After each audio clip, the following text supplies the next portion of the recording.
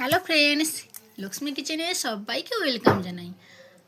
আজ আমি তোমাদের সঙ্গে ভোলা মাছের ঝাল রেসিপি শেয়ার করব। তোমরা ভিডিওটি না টেনে প্রথম থেকে শেষ অবধি দেখতে থাকো। এখানে আমি ভোলা মাছ নিয়েছি, পরিষ্কার করে ধুয়ে কেটে নিয়েছি, লবণ হলুদ মাখিয়ে রেখেছি। এরপর এখানে আমি নিয়েছি আলুগুলোকে লম্বা লম্বা করে কেটে নিয়েছি। এরপর দেখো আমি কড়াইতে তেল দিয়েছি, তেলটা গরম হয়ে গেছে। আমি মাছগুলোকে একটু উল্টে পাল্টে লাল লাল করে ভেজে নেব। তোমরা অবশ্যই রেসিপি বাড়িতে ট্রাই করো, খেতে খুবই ভালো লাগে, খুবই টেস্টি হয়। মাছগুলো এক পাশ হয়ে গেছে, এবার আমি এক পাশ উল্টে নেব। খুবই আস্তে আস্তে উল্টে নিয়েছি। মাছগুলো ভাজা হয়ে গেছে, এবার আমি নামিয়ে নিচ্ছি।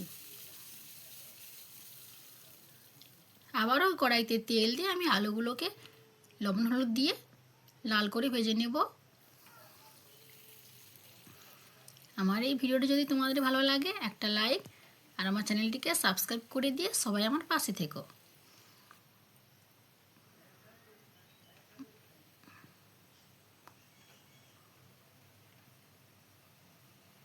আলুগুলো হয়ে গেছে, এবার আমি নামিয়ে নেব।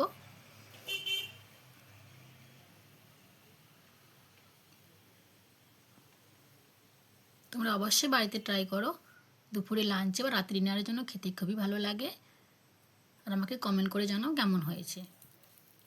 এরপর কড়াইতে আমি আবার একটু তেল দিয়ে দিয়েছি। এখানে দিয়ে দেবো ফোড়ন আর দেবো পেঁয়াজ কুচি, সঙ্গে দেবো কয়েকটা কাঁচা লঙ্কা জিরা, আর দেবো লবণ দিলে পেঁয়াজটা খুব তাড়াতাড়ি সেদ্ধ হয়ে যায়। একটু সময় দিয়ে নাড়াচাড়া করে নিয়েছি।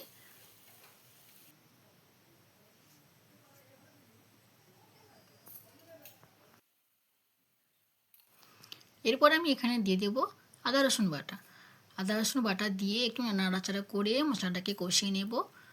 এরপর দিয়ে দেবো টমেটো কুচি, টমেটোকে দিয়েছি, ভালো করে নাড়াচাড়া করে নেব। সমস্ত মশলা দেখো ভালোভাবে কষা হয়ে গেছে। এরপর এখানে আমি দিয়ে দেবো চিনি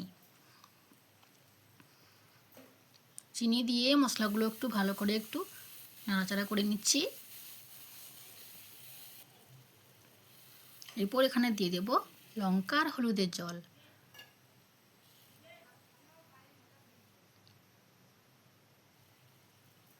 এরপর এখানে আমি দিয়ে দেবো ভেজে রাখা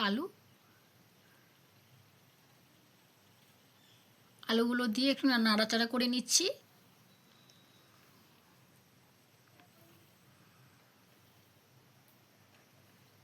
এরপর দিয়ে দেবো এখানে জল। আমি এই বাটির মাপ করে 1.5 বাটি মতো এখানে জল অ্যাড করেছি।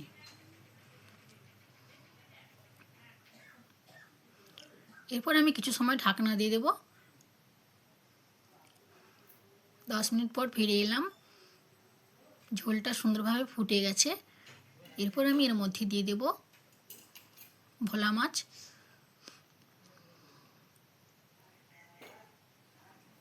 দেখো দেখতে কত সুন্দর হয়েছে রেসিপিটা। এরপর আমি মাছগুলোকে এক এক করে দিয়ে আবার আমি কিছু সময়ের জন্য ঢাকনা দিয়ে দেব। তোমরা কমেন্ট করে জানাও তোমাদের পছন্দের রেসিপি, অবশ্যই তোমাদের সঙ্গে সেই রেসিপি শেয়ার করব। আমি ঢাকনা খুলে নিয়েছি। এরপর দেখো আমার এই রেসিপি রেডি হয়ে গেছে। এরপর আমি গ্যাসের ফ্লেমটা অফ করে দিয়ে দেবো গরম মশলা। আজকের এই পর্যন্ত, পরের দিন আসছি অন্য কোনো রেসিপি নিয়ে। তোমরা অবশ্যই চ্যানেলটি সাবস্ক্রাইব করে রাখো, তাহলে আরও নতুন নতুন রেসিপি তোমাদের কাছে আগে পৌঁছে যাবে। সবাই ভালো থেকো, সুস্থ থেকো, সবাইকে নমস্কার জানাই।